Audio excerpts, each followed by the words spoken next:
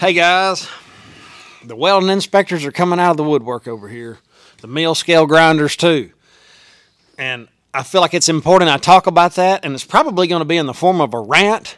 And then after I get through ranting about inspectors, I'm going to fill you in on why and how you need to make more money right now. Let's go.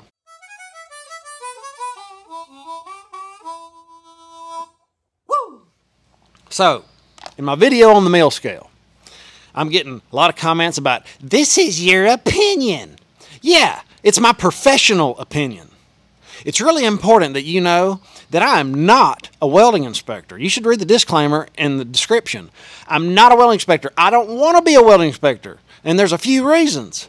Why don't I fill you in?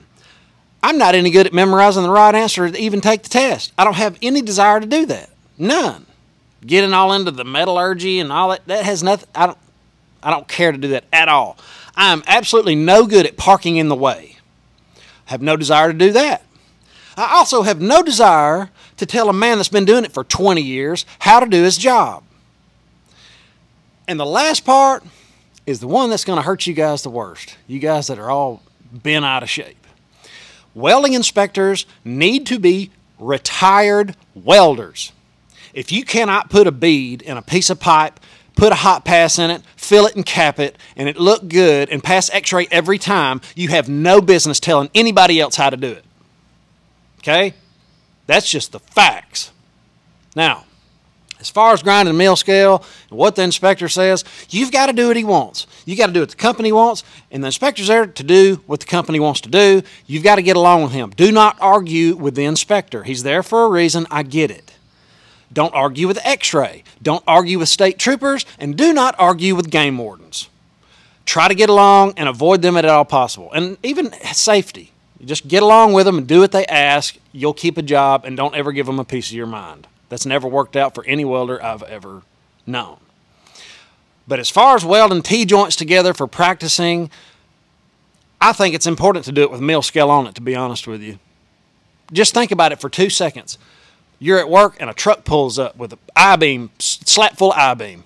We got to have this skid in 3 days. All hands on deck, let's go. Do you think everybody's going to be grinding the mill scale off the I-beam to make a weld? I've never seen it. Not one single time. We weld it. I've had comments saying they said it was bad for your health. I don't know any of that. A lot of this crap's bad for your health. Try not to breathe any of the smoke. So just know I'm not a welding inspector. I'm 100% welder. Okay? We get away with a lot that I get away with a lot that most inspectors think is not possible. But I do the impossible every day, I guess. I've been doing it successfully for 20 years. And if you think I'm lying or I'm wrong, get in the comments. There's people that have been welding for 35, 30, and 28 years and 20 years. It's slap full of people that have welded more pipe than you've ever walked by. They have forgotten more than you'll ever know about welding. So get in there and talk to the old guys about it. They'll tell you what's up. All right, that's it. I'm off inspectors. Probably pissed a bunch of people off, and I don't care because I'm not an inspector. I'm a welder. Now, let's get to the comment and how you can make more money right now. It's important. I made a video about this, and the guy reached out to me and told me he implemented it, and it worked. He said, "Good morning, Chris. I forgot to tell you, I took your advice from a video a while back to my boss, and I needed more money, and listed all the things I do for the company, and they gave me $1.66 more an hour. That's about 6%-ish. Everyone else got 3%. I'm super excited I took your advice, man. Thank you for all you do. Have a great day."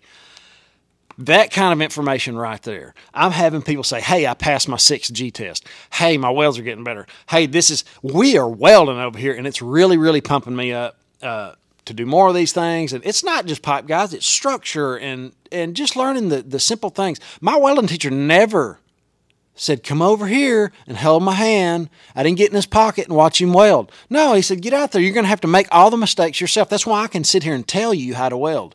I mean, I actually plan on making welding videos one day when I figure out how to record them, so you'll know how I manipulate my rod.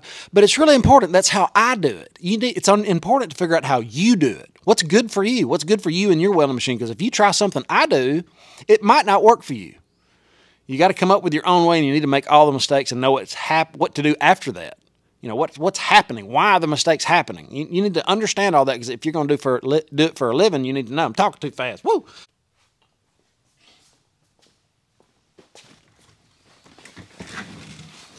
I'm going to talk a little bit about financials on this channel, because I'd like to see you guys not trade your time for money for the rest of your life, to make wise investments on the way through your career, things that pay you to own them. But the first step in that is having money left over at the end of your month. You know, you need more money left over at the end of the month instead of more month, if you know what I mean. So if you can trim the fat, sell something, you know, that's a good way. But if you want to make more money at work, it's important to go to John Williams Shadow Stats. I'll put a link in the description below. It'll show you the actual inflation rate, and you can use that to provide to your employer and say, look, everything I'm going up. You know, this is how much fuel it takes to get here. This is the service I provide for you. This is why I bring value. Now, if you're not doing your job and you're just a warm body, and you're not, you know, stepping up and doing what it takes to get it done, then you might just stay quiet and take what they'll give you. But if you're actually bringing some value, you can get more money. Now's like the best time. He got 6%. I still think that's pretty cheap considering inflation's.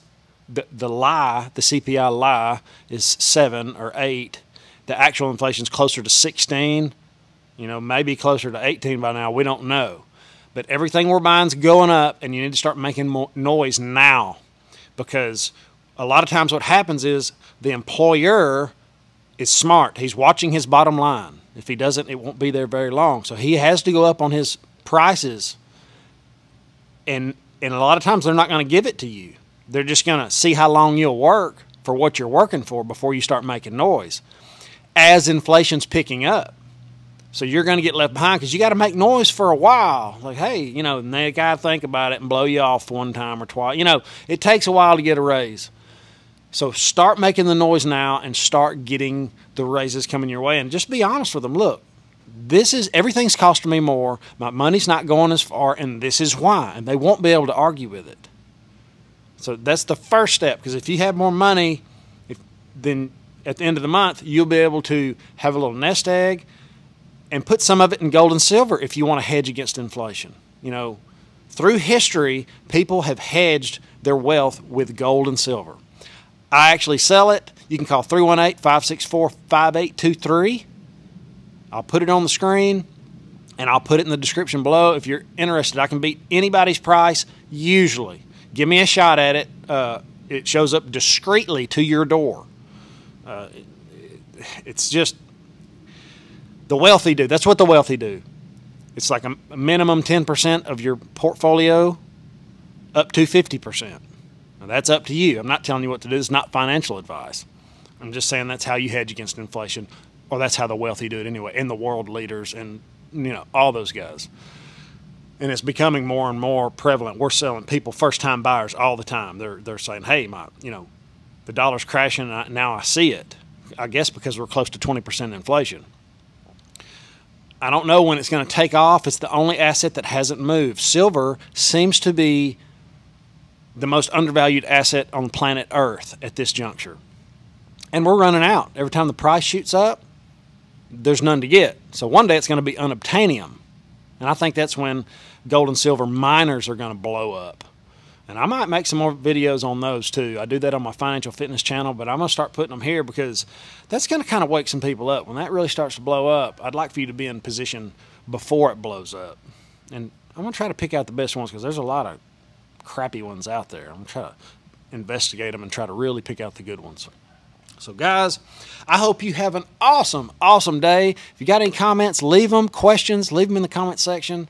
And if you're a welding inspector and I hurt your feelings, I'm sorry. I know you guys have a job and you're needed. But I'm sorry, I'm a welder and I do things the way I've always done them, and it works. And if you're here for technical advice and metallurgy and all that stuff, That's not what this channel's about. This channel's about welding and blowing and going. Have an awesome day. Later.